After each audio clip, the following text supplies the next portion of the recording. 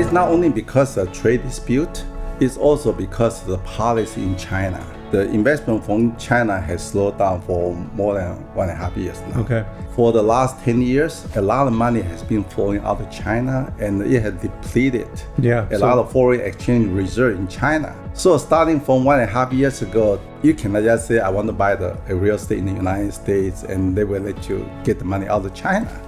And so the policy in China really had the major impact on the Chinese buyer coming to the United States to buy the residential real estate and to buy the commercial real estate.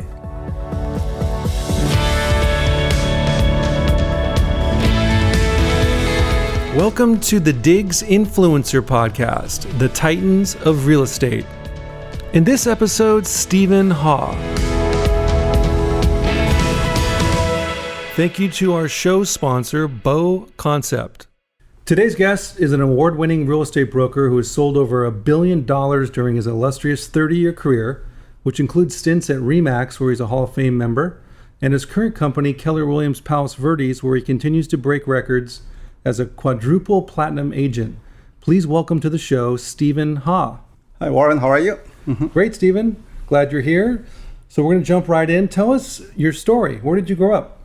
Actually, I was born and raised in Taiwan, and until I graduated from college there. Then I came over here after I graduated from 4-year college to pursue my master's degree at Oregon State University. What were you interested in as a kid, as a young child? When I was in elementary school, I played 6 years of the baseball. And when I was in junior high school, I played 3 years of volleyball. And when I was in high school, I played 3 years of soccer. And when I was in college, I played 4 years of the Chinese martial arts. So, oh, nice. So I did all different kind of things in different stage of my So sports and the sport activities have been a big part of your life. Absolutely. Mm-hmm. You know, that's interesting because right away you're so successful in this business, and we're going to get into that. But that's a great little precursor because of the structure and discipline that's required, especially with martial arts, right? Yes, absolutely. What did you practice? Well, I did that when I was in college. I started when I was a freshman over there until for 4 straight years. And when I first came over here in the United States back in the late 70s, at that time, Bruce Lee thing was still a big thing. Oh, yeah. And so I was actually during my 2 years pursuing my master's degree, I was really teaching the Chinese martial art at Oregon State University and also the community college there, and also offer a lot of classes to the students over there in the community. That's awesome. And Bruce Lee transcends martial arts. He's like absolutely. He's like a visionary. Like, you know, he's a thought leader just on what he, you know. That's and amazing. It was really popular at that time, and so I really enjoyed doing it, and so it has been one of my biggest hobby too. Mm-hmm. So now I know where you get your quiet confidence, Stephen. It's martial arts. So what did your parents do for a living? My father actually was a school teacher, but after that, he opened an office supply store. And since I was born, I know we always owned an office supply store. And because I remember in Taiwan, sometimes during the summer, there's always the hurricane and the typhoon. I remember I always have to get out in the middle of the night to help my father to move some of the stationery in the upper ground so it wouldn't get flooded. Yeah. So it was a good experience. Oh yeah, absolutely. So did you have siblings?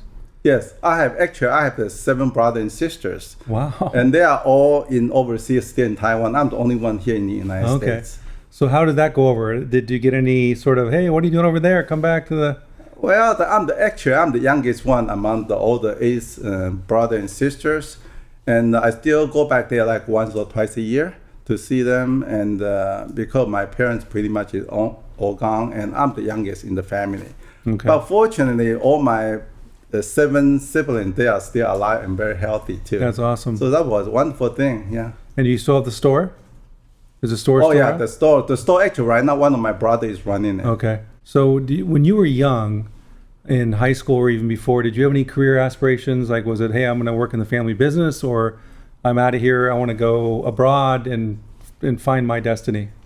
In Taiwan, it's really competitive from the academic standpoint. in order to go to the college, because only 20% of people can go to college from the high school graduate. Wow. In order to get to a college, you have to get to a very good high school. In order to get to a high school, you have to get to a very good junior high school. In order to get to a junior, you have to get to a very good elementary school. So pretty much when I was growing up, it was all study, because that was our number one goal. Otherwise, you'll be left behind. And if you don't graduate from the good junior high school, then you cannot get into high school. So it's very competitive. Oh yeah, so you had to basically hit each marker. You had to keep going. Yeah. Yes. Otherwise, you're out. Yeah. Otherwise, you're out on the street. That's a lot of pressure. Yeah. That's a lot of pressure. So I know you like to play golf and tennis. When did you start playing that? I know I've been playing that since the 80s. Okay. For 20, 30 years. I still playing the tennis and golf every single week. Which one are you better at? Well, I enjoy tennis a little bit more because it gives me a lot of exercise within a very short period of time. Mm-hmm. Because sometimes as real estate agent, we don't have that much time. But golf is I do it. I personally like it, but also one of the main reasons is that my wife really likes it. Oh, nice. This is the only sport she really do. And so she said, well, this is the kind of sport that we can do it together. Yeah. And that's why I usually go out with her like once or twice a week. Nice. And during the summer, it's better because we can play after work. Yeah. We can start at like 4, 5 8 o'clock. We still can finish at 8. Are you now? You play at Rolling Hills Country Club? Yeah, I'm a member there at Rolling Hill Country Club. Yes, it's fabulous. It's beautiful. It's gorgeous. It's a link course, and a lot of people really like it. And it makes it much easier right now because the green is 4 times bigger, and the fairway is much wider. Easier on the handicap, right? Absolutely. Because I'm never a good golfer, but I just go out there to enjoy it, and because I hardly break 90. I usually play between 90 and 100. Yeah. And so my handicap has been, my best handicap is right now probably about 20. Yeah. Mm-hmm. Well, it's funny. My attitude about golf is Alex Gray, who's a local professional surfer. Mm-hmm. He grew up in PV. Uh-huh. He has a great saying about surfing. And it's like something to the effect of the best surfer in the water is always the one who's having the most fun. Mm-hmm. And that's my attitude when I play golf. It's like, I'm horrible too, but I love to play. Mm-hmm. And I'm definitely having the most fun when I'm out there, and I'm hacking it up big time. But So here's a fun fact too, since we're diving into your backstory. You are fluent in 3 languages, English, Chinese, and Taiwanese. Yeah, because I was born and raised in Taiwan. Taiwan dialect is my first language. But when we start getting into the elementary school, Mandarin is official language of Taiwan. Mm-hmm. And when I went into the junior high school, every one of the students have to start learning the English.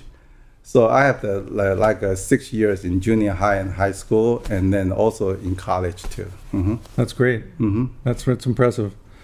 So tell us about your life before getting into real estate. I know you mentioned you earned an MBA degree in marketing from Oregon State University. Tell us about that, and specifically about the decision to go into, why was it marketing? What attracted you to that? Well, when I was in college in Taiwan, I majored in international business. So I know I'm going to get into some kind of business, but I just don't know exactly what type of business I was going to get into. And when I came over to Oregon State to pursue my master's degree, to get my MBA degree, you can specialize in finance or marketing. And I'm usually not that good in the accounting or those type of number, but I really enjoy the marketing part of it, because marketing part is very active, very alive, and it just fit my personality. So I decided to major in marketing when I was at Oregon State. That's great. So when you graduated Oregon State, or during, what was some of the jobs that you had? Like, what was your first job out of college? Or my first job out of college, actually, I was working for a company called National Chem Search as their marketing representative in Phoenix, Arizona. And I drove from the Oregon, that's very cool weather, all the way down to Arizona during the summer. And when I got there, it was in the evening, so I didn't feel that bad. But when I got up in the morning, it was like 120 degrees in July. Was that Phoenix? That's Phoenix, Arizona. It was so hot. And my first car, because Actually, I bought it when I was in college here and didn't even have air conditioning.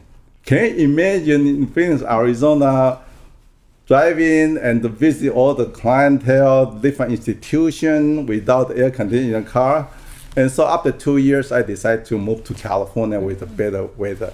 Yeah, I don't blame you. My parents actually live in Payson, Arizona.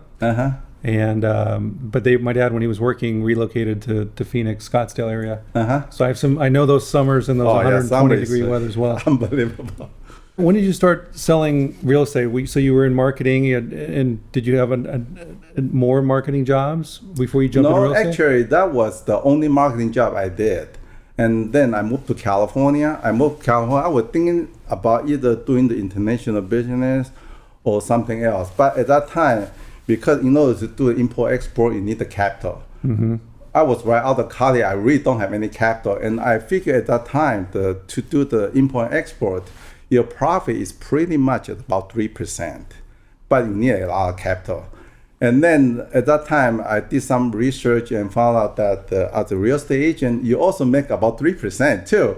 But you don't need any capital. Yeah, all you need is just a real estate. Okay, so I said that may be the place I can start doing and see how it work. And so I first got my real estate license in 1982. I got into it. I never left since.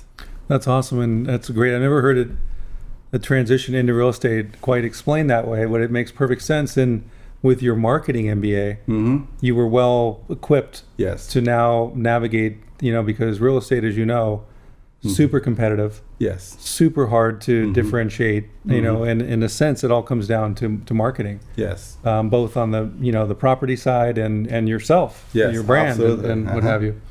So tell me about your first sale. What was that? Tell me this backstory on your first residential. When I first moved over here, of course, everybody start with their family member or somebody they know. So I remember my first sale was in Torrance, and it was under $200,000, a single family residence. It was my wife's college friend wanted to buy a house, so that was my first sale. And what broker were you with then? At that time, I was with Sun Realty in Torrance. I don't know if they're still around, but it was a long time ago. It was in the early 80s. In the early 80s, That's great. So when you got that first paycheck, were you like, wow, this is not bad, right? Yeah, it works. Let me do more of these. Yeah, even 200,000 is talking about 3% is $6,000. And in the 80s, and when I was really young at that time, I consider that's pretty decent income. Absolutely. And so this probably is a career I can look into further. And so I did it, and I never left. And how many sales did you do like that first year? Was it slow, or did you start going? No, not really. I consider myself very fortunate starting from the first year. Actually, I was making over $100,000 a year. Wow, in the 80s, that's big, in the 80s, So I consider myself very fortunate, and because I usually provide very good service, and just starting from there, it's just word of mouth and the reputation and the trust start develop among all the people I know and my past client. And ever since, right now, it's probably 70-80% of my business are all from the referral. That's great. You built that up over time. So back then, when you started, you were still, to get $100,000, you were selling at least a home a month. You're doing 12, absolutely. 13, 14 Very homes. fortunate. Yeah, I'm very, very fortunate. That's a big volume. Yeah, it's pretty fortunate. So first sale, $200,000. What's your biggest sale? What's your biggest sale in your career? Well, my majority of my sale right now, up to today, is still between the $2 or $3 million on average. My average sale about $2 million per transaction. I've done quite a few between 5 to 10 million.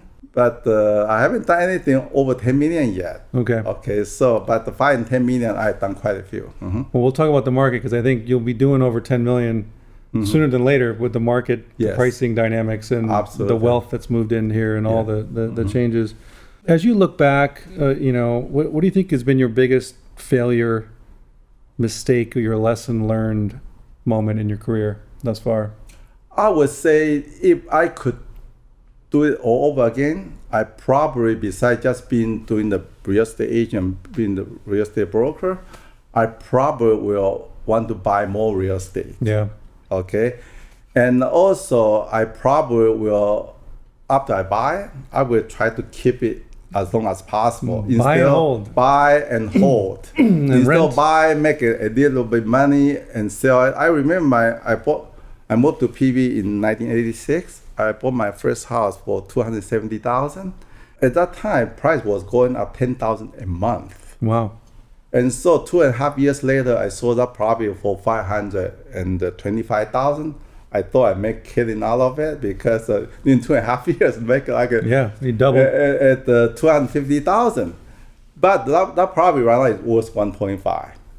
So if I had kept that property instead of selling it just because I realized the $250,000 profit and double it, and if I didn't sell it, then I would be even much better off. So I probably will do it, buy more property and buy and hold. Well, that's where the great lesson, because I think there's been more wealth created in this country from real estate than any other. I mean, even the stock market, you got the pricing, and you buy and you hold, and you like that would be a $1.3 million asset and profit. Yes. And if you had 5 of those, now you know what I mean? Got it made. You got you've got, and you're renting them, you have income, you got equity, and it's just, there's a lot of, in the South Bay, I wish I would have done the same thing myself, Stephen. But a lot of these realtors, some live on the Strand. Like, how were you living on the Strand? Well, I bought this home, I sold it, or I kept this one, and then I kept parlaying it up, or it's amazing what wealth can be created. Yes. Using that strategy. Do you have any mentors, or was there anyone who had a big influence on you? I know you started out of the gate quick and you were earning lots of money, but was there any 10 years down the road, or was there anyone that really made a profound impact or had a profound impact that said, ooh, I got to look at it differently and do it this way? Or do you? Well, throughout your real estate career, I do have association with a lot of different realtors, and I keep a very good relationship with the majority of them.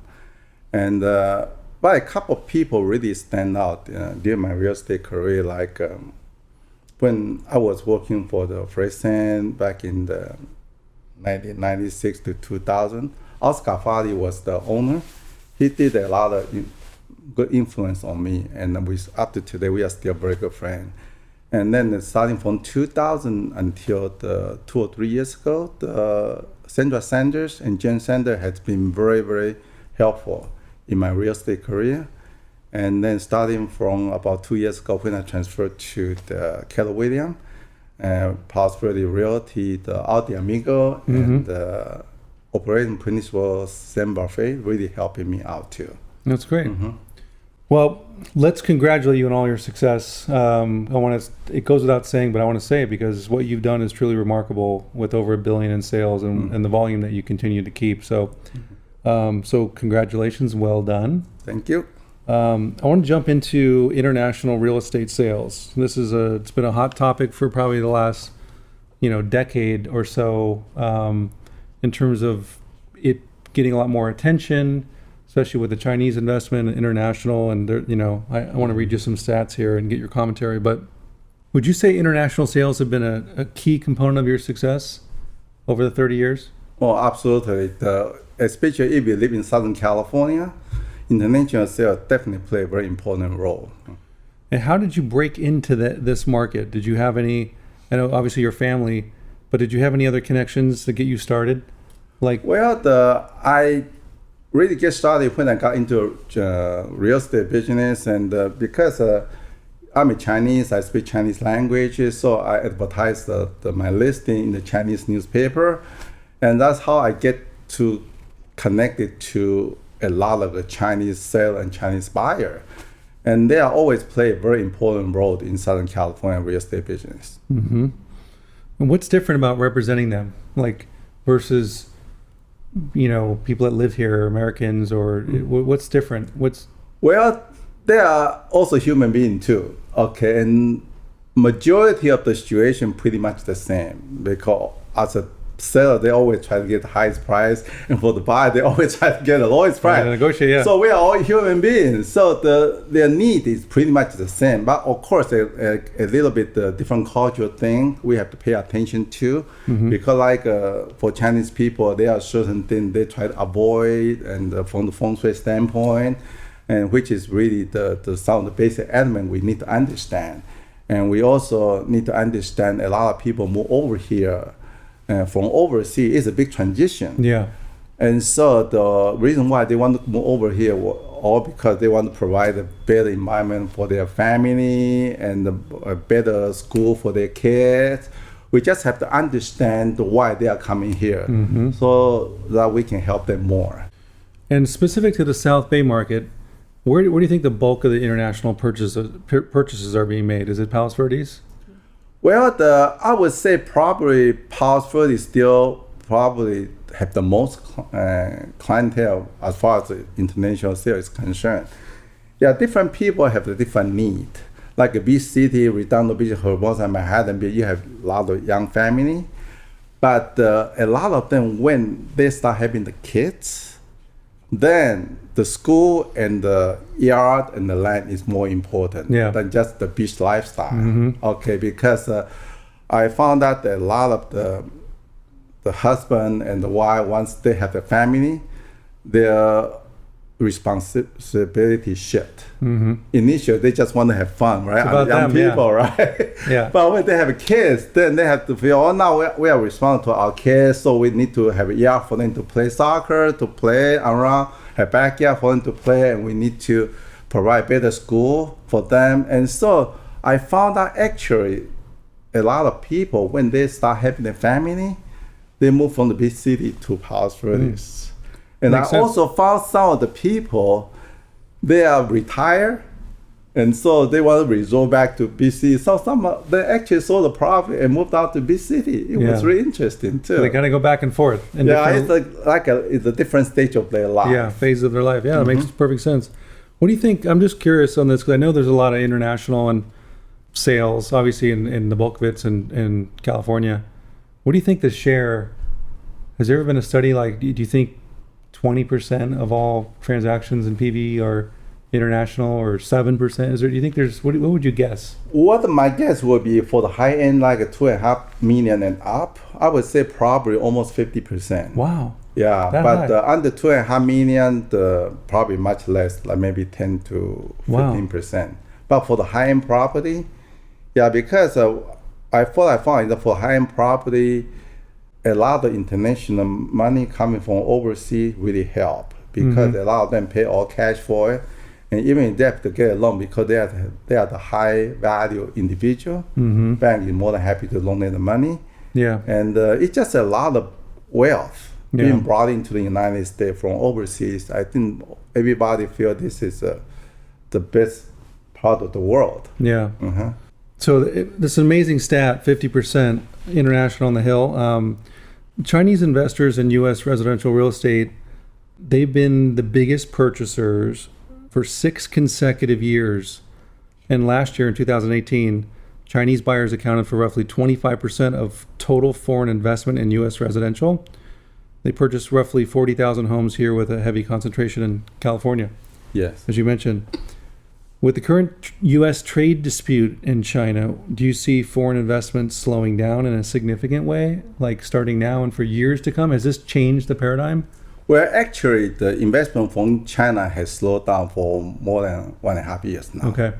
Yeah, it's not only because of trade dispute, it's also because of the policy in China. Okay, because for the last 10 years, a lot of money has been flowing out of China, and it has depleted a lot of foreign exchange reserve in China.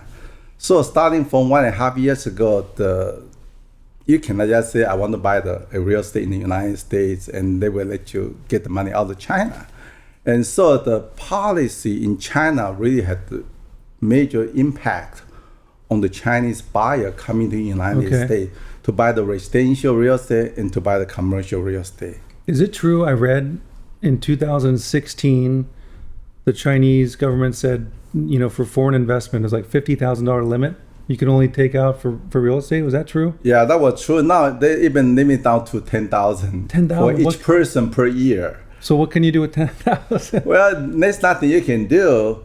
And so basically, if you just tell the Chinese government, I want to buy real estate in the United States, you have to go through the application process and everything. Yeah, it's making much more difficult. Now, are there loopholes where you can like start a corporation, like a REIT or something there, like a holding company? It's a buy and investment only kind of thing. Can you do that to get around that, or is it? Well, I don't get involved on that aspect of it, and because I usually the buyer. They figure out the way they figure to do it. Yeah, because they're coming in paying all cash. Yeah, because they own a lot of different business. Some of the people, they will find a different way to get the money out of China, but I'm not involved with that at all. Yeah. Mm-hmm. Yeah, it's interesting to see. What I also read in the Wall Street Journal that for the first time in a decade, I think starting last year, Chinese real estate investors were net sellers, specifically with commercial real estate. Remember there was all this investment with some of these marquee properties, commercial properties, hotels and theaters and landmark stuff, and a lot of investment. And it seems like, so they were net buyers for years, and then now it's net sellers. So the market has really shifted. Oh, absolutely. There's no question about it. The people who are buying the residential real estate and the people who are buying the commercial real estate are totally different. The people who are buying the residential basics is individual. And because they want to buy a house and provide the place for their family to stay and have kids to have education here. The people who are buying the commercial real estate mainly is a big corporation, and the high value the individual. Because the commercial real estate, when they come over here, they don't just buy a small piece of commercial. They buy a hotel, high-rise building, and build all those big, gigantic projects in downtown Los Angeles. So those usually are big corporations. And big corporation has to follow the policy in China. And because the whole policy in China right now has changed, they do not encourage the foreign investment that they used to. Yeah.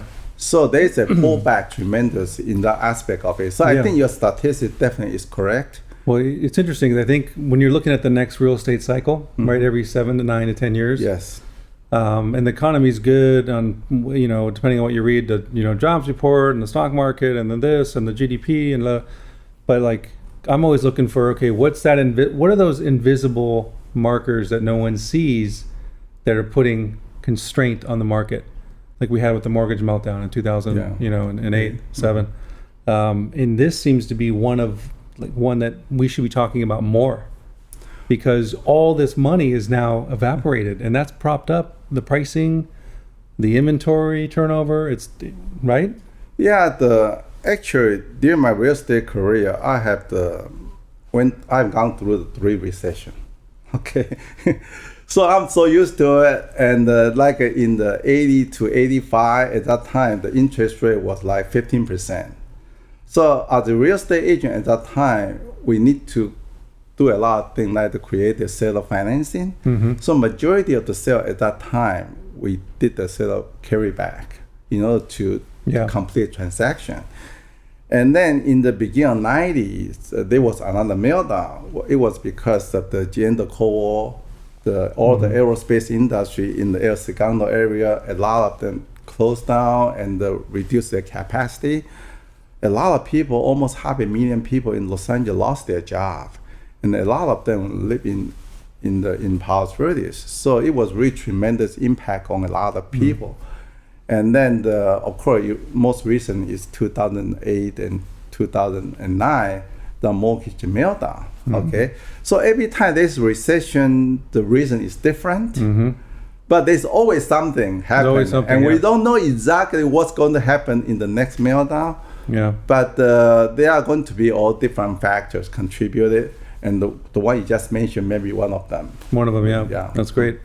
Well, not great, but it's because it's coming. One thing that's uncertain, right? It's like death and taxes and real estate cycles. Like a lot of different factors going to contribute to the next adjustment. What's the sentiment out there when you're talking to buyers and sellers about like this, where we're at?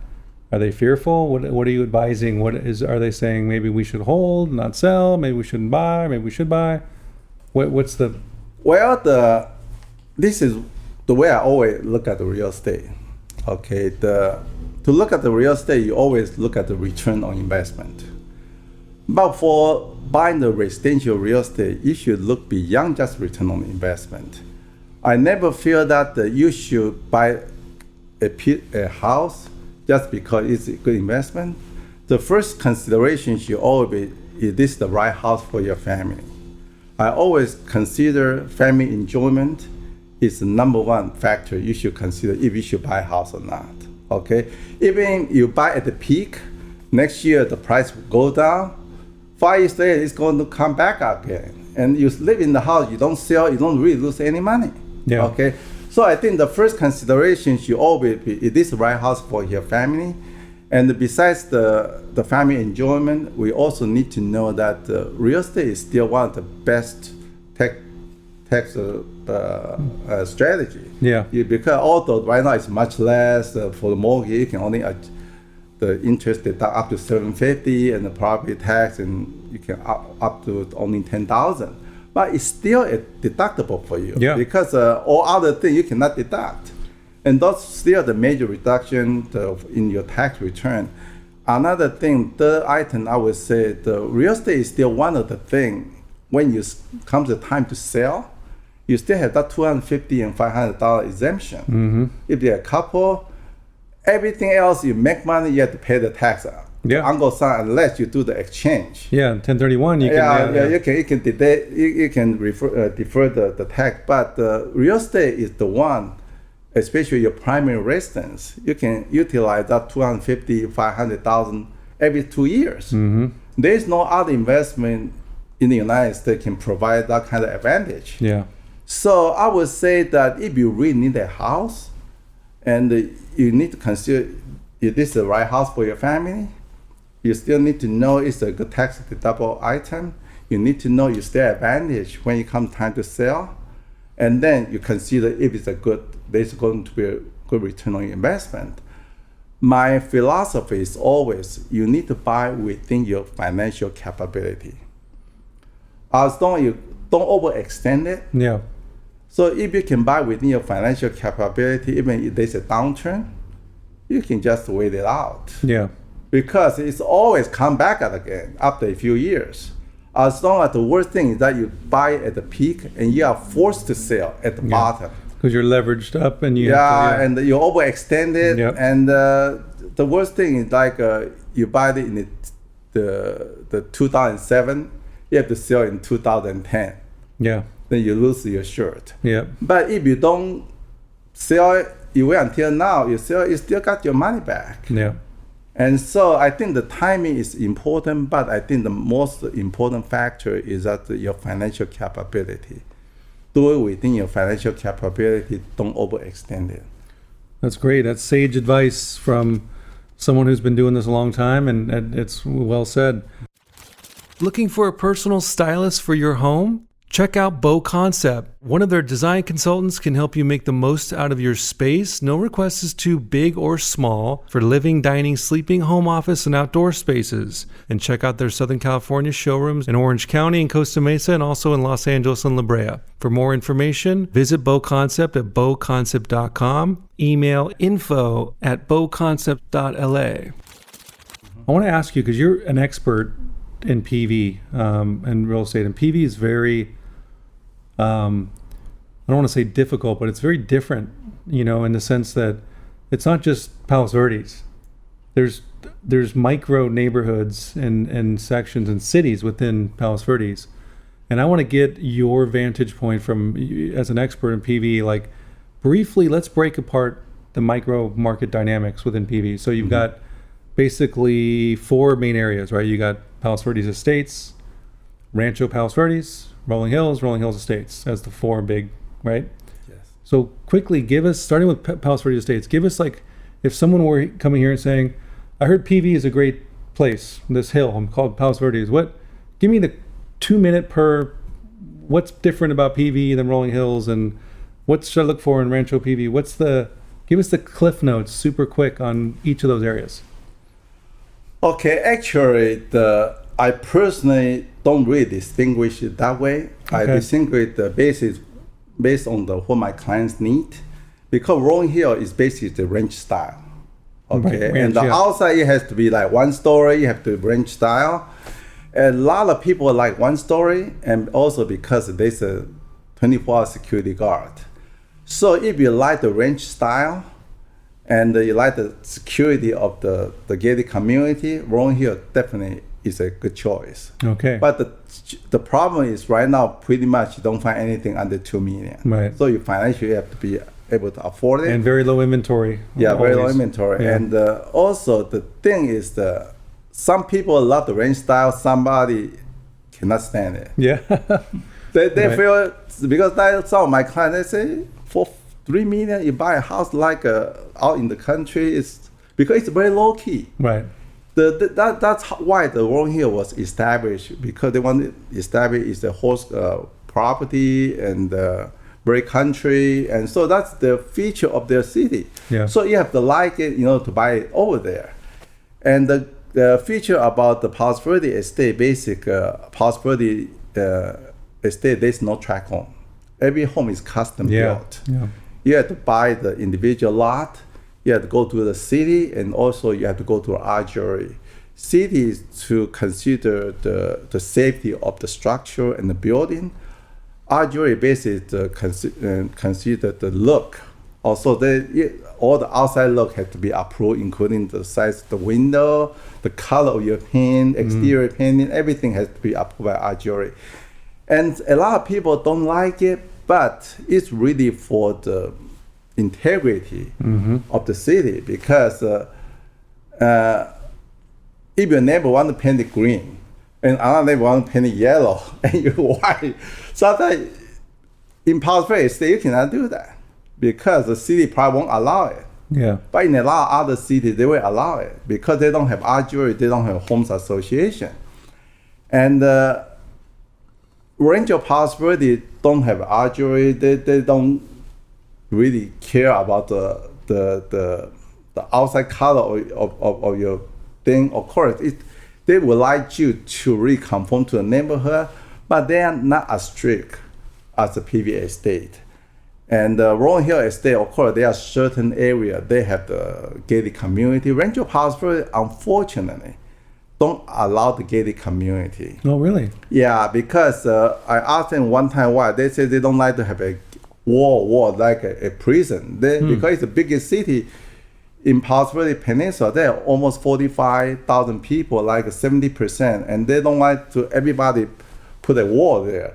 Even our president Donald Trump, the national estate, they were trying to put a gated community. They won't allow it. The city won't allow it. That's interesting. I would have never. Yeah, I didn't know that. That's really interesting. And Rolling Hill Estate welcomed the gated community, but you got to justify. So the Rolling Hill Estate, basically right now, there's the ranch, Rolling Hill Park Estate, and then the Vantage Point, and then the Range of Palos Verdes. There's only one approved back in the late '80s, was the Range of Palos Verdes Estate. That's only gated community. Where's that exactly? That's on the east side of the Range of Palos Verdes. Is it off Mirrorless Drive over there? No, it's off the Crest Road and Marymount University. Oh, okay.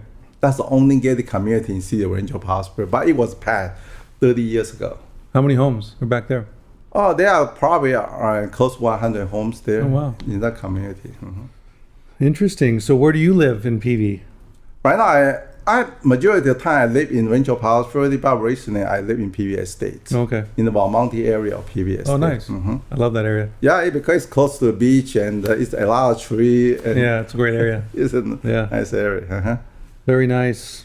All right, so what do you think is the most undervalued neighborhood in PV of those four? What do you think if someone said, I'm just looking for the best deal, Steven, I'm anywhere in PV is fine.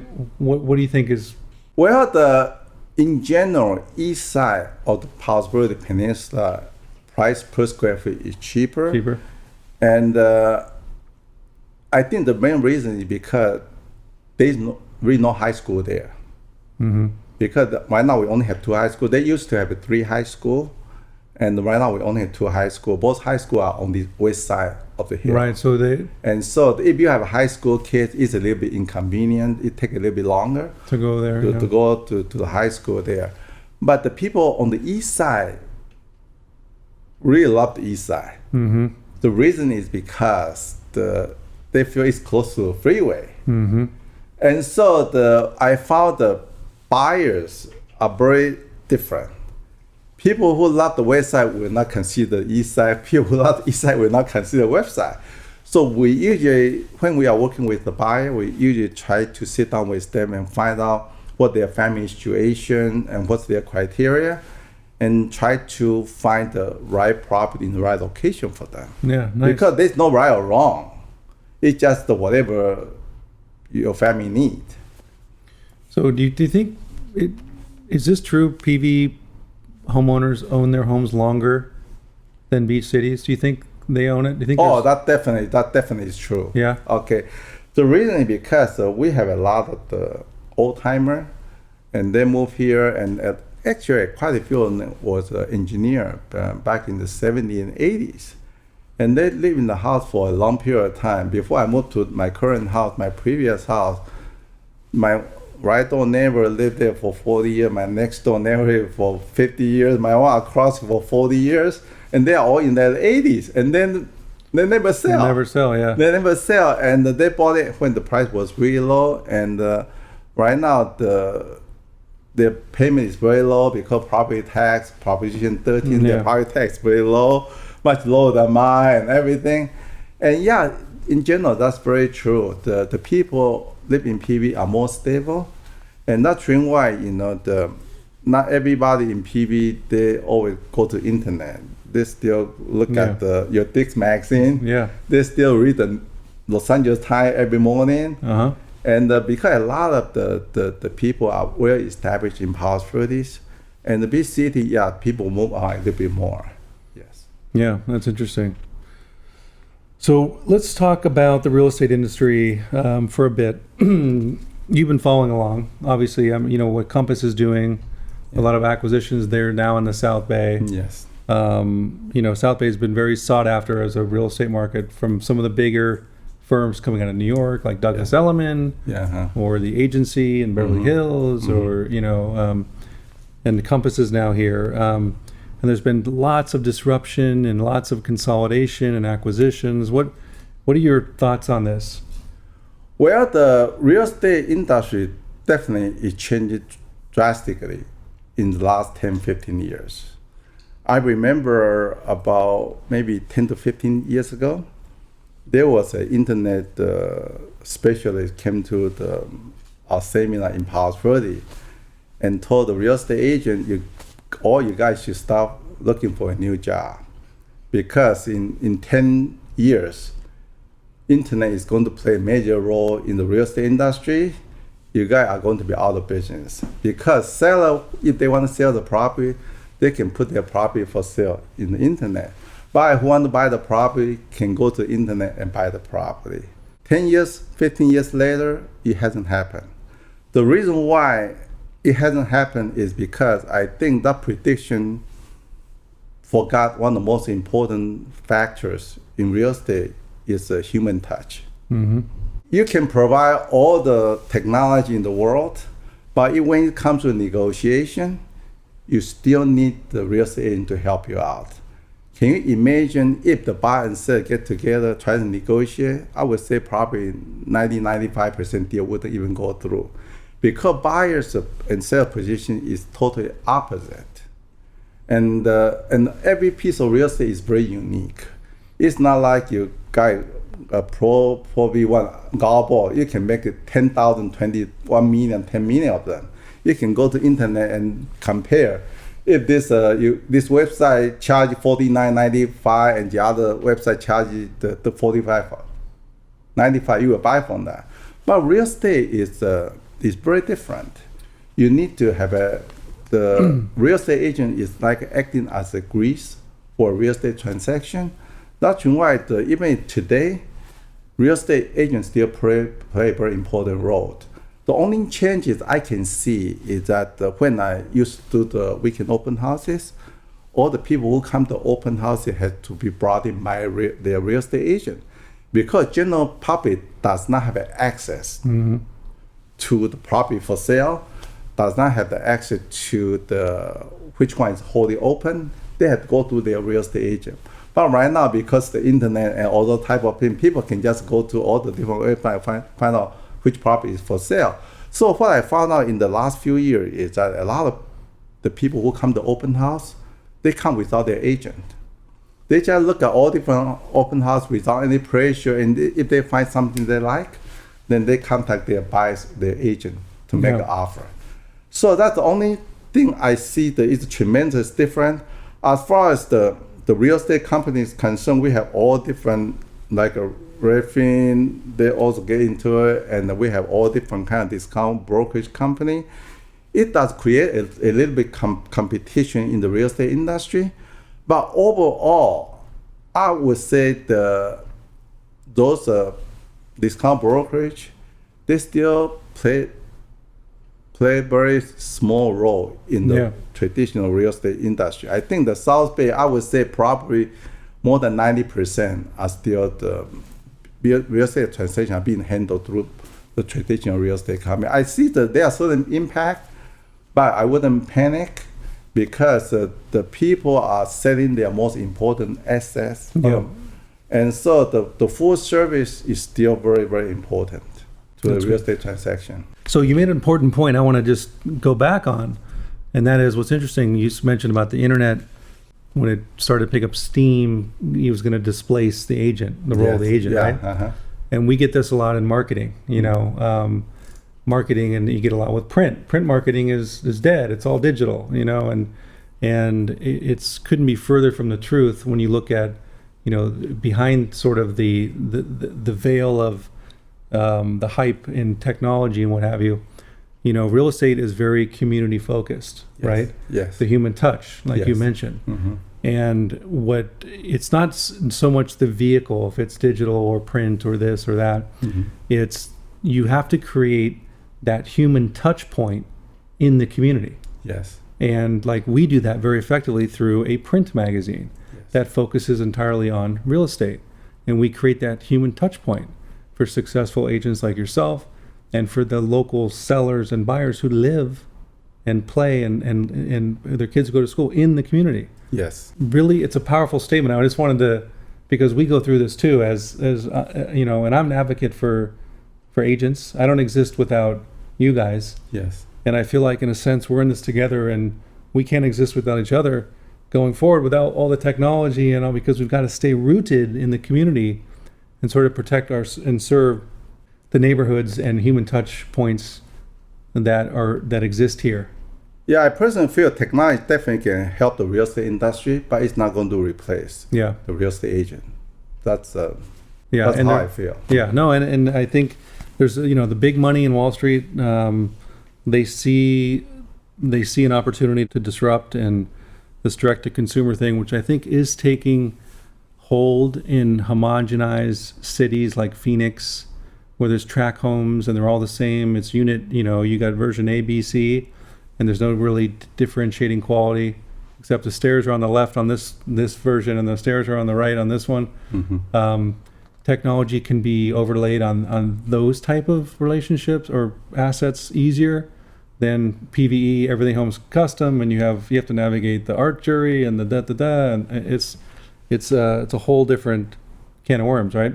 I also heard recently Purple Brick withdrew from the U.S. market. Is that true? That's true. They came with a big splash, and they're big in the UK and discount model, and they thought they had $100 million to spend on the U.S., which in the U.S. that won't even do it in Los Angeles. You can't make a dent in L.A. with $100 million on a marketing budget. So they went out and did some things, and then quickly said, "Oh no, this is different. We're out of here. Let's pack up and go back." Yeah, that's the reason why, sometimes some of the seller will feel that when you look at all those TV commercials, you can save money in the commission. Maybe you can save like 1% for $2 million house. You can probably save $20,000. It may end up costing you $200,000 because they don't provide the good real estate service and cannot do the right marketing for the property. And so I think they learn it very quickly. But here's what's crazy. This is what, and I think like the general public doesn't know this. This is when we first started, you made the comment about, hey, I got in this business because it required little to no capital, and versus in 3%. Yeah. It's like, here's what's crazy. You can hire Stephen Ha, 30 years of experience with $1 billion in sales, 3 market cycles, all, navigating, understanding, for the same price as you can hire someone behind the desk that's got 6 months experience at Redfin or Purple Bricks or something. Yes. It's the same. I can hire the best, or I can hire someone else for the same price. Yes. That's, to me, is like, wow, that's rare. Yeah. So why wouldn't you hire Stephen Ha? Why wouldn't you hire the best? You know what I mean? Yes. I totally agree with you. So let's have a little fun, Stephen. This business is crazy, right? And in a sense in a way, and I mean in that, because it's like you said, high emotion, high dollar investment involved. It's the biggest financial transaction in people's lives. Yes. A lot of emotion, a lot of stress. So it's crazy in that sense. It creates, the emotional aspect of this business. Do you have any of those stories? Like any crazy demands where you can't actually believe this has happened? A seller demand or a buyer demand? Like, not really. I think most of my people are pretty calm and they're pretty smart. They don't go crazy on things. Yeah. And sometimes they may have a little bit difficult demand, but we need to explain to them as a real estate professional. Yeah. So I don't really have any crazy story to share, though. Oh, okay. Some closing thoughts. What are the 2 pieces of advice you would give to your younger self? Probably the same thing like I mentioned before. Probably buy more real estate besides just being a real estate broker and hold on to it. That's probably one of the most important thing. And I've been pretty patient with all my clients, and so I don't think there's an issue there. And what would you tell the audience that they would be surprised to hear about you or know about you? I don't have any surprise for people. Well, we learned you play golf and tennis. You like tennis a little bit more. There's no other are you a movie buff? Are you a chef? Do you have any like? No, I'm not. I don't cook. My wife does all the cooking, and actually, somebody say my life is pretty boring. Yeah. But I personally feel it's pretty steady. Yeah. And I like the way I am, and so there's really no surprise, no drama here. Simple is good. Simple is the ultimate sophistication, Stephen. So you're in good hands. What's your favorite book? Do you have a favorite book? I read the Millionaire Real Estate Agent, and also I've read the One Thing. Yeah, The One Thing put out by the Gary Keller, and it's a very good book. And also I regularly read the LA Times every day. And your favorite magazine is Digs. I know that. Yeah, Digs magazine plus the California Real Estate magazine too. Yeah, California Real Estate magazine I receive regularly, and it provides a lot of useful information too. If you could have one superpower, what would it be? I would make everybody are the homeowners. So I think the home ownership is really one of the most important things in anybody's life. I sold my house 20-some years ago, and before I bought another one, I was rented for 1 year. In that 1 year, I feel very insecure. I feel that I'm not stable. The reason is because in the rental property, if I want to put up a picture here, I say, this is not my property. I'm going to move in a year. So you don't do anything with your own house. It really gives you the foundation. And you can do whatever you want. You can decorate the way you want. Yeah. You can fit it to your personal life, and you can cater to your individual need. And so I personally feel home ownership should be in everybody's mind. It's a great it's a great thought, because look at we're sitting with our 2 young guys here. Yes. Who are renters. Yes. And and I think of, when I look at them and think of them, I think of my sons. Yes. Like, how the hell is anyone going to afford these homes? Yes. And so what advice, like, you know, how hard is it to get a first-time buyer? It's so hard now to become a homeowner because of the financial constraints, right? Yeah, it definitely is a challenge. And usually nowadays, if you can get the help from your family, that's probably one of the good way. Another good way, maybe you can look into, you don't have to buy the expensive home in Palos Verdes. Whatever the property you can get on in even $300,000 or $400,000, and you can get the FHA loan for 3.5%. I remember I bought my first house the first year after I started working in Phoenix, Arizona. I bought my first house. It was $50,000, and I put down 3% at that time. FHA 3%, $1,500. I bought a house. It's amazing. And I told my family, I bought a house. Are you kidding? You just graduated from college. You bought a house? Yes, because there's a FHA program there. 3%. You put down $1,500. You own a $50,000 worth of house. But it was long time ago. But I think that even you have to borrow the money from the family, because right now a lot of lenders, they allow the gift from the family member to buy the house. And you can always pay it back to your family member. And because especially you have a family member, they are sitting on a lot of equity on their property. And they are more than happy to help their kids to start owning a property, because I see it's very essential, and it would be good advice I would do. That's great. That's great. So last question for you, and maybe because you're a hardworking man, do you take vacations? And if you do, where's your favorite vacation spot? Believe it or not, in my first 10 years in real estate, I never took one vacation. I can believe it. Okay, and I always thought that my client need me and I need to be here for them all the time, until one day one of my clients told me, Stephen, even the president of the United States take vacation.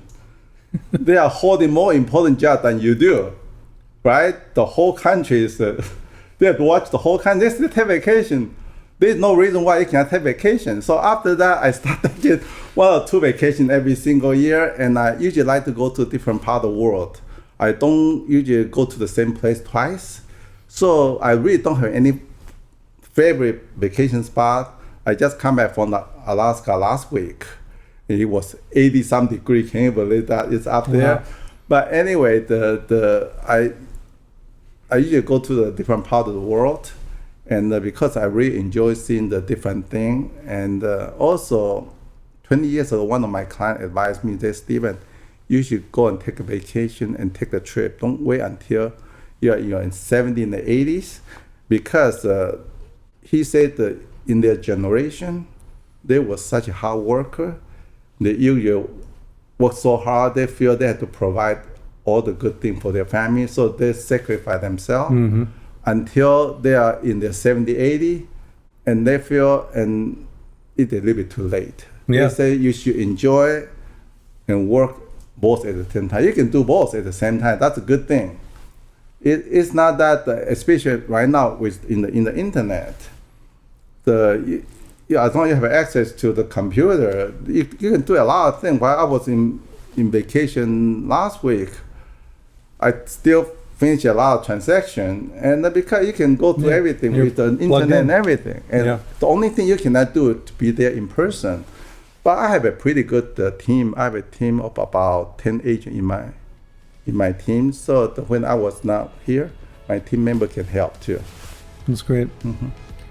Awesome. Well, Stephen Ha, I want to thank you so much for being on Dig's Influencer Podcast. We wish you continued success and congratulate you on all your past success. Keep up the great work, and we'll hope to talk soon. Thank you very much. I appreciate it. You got it.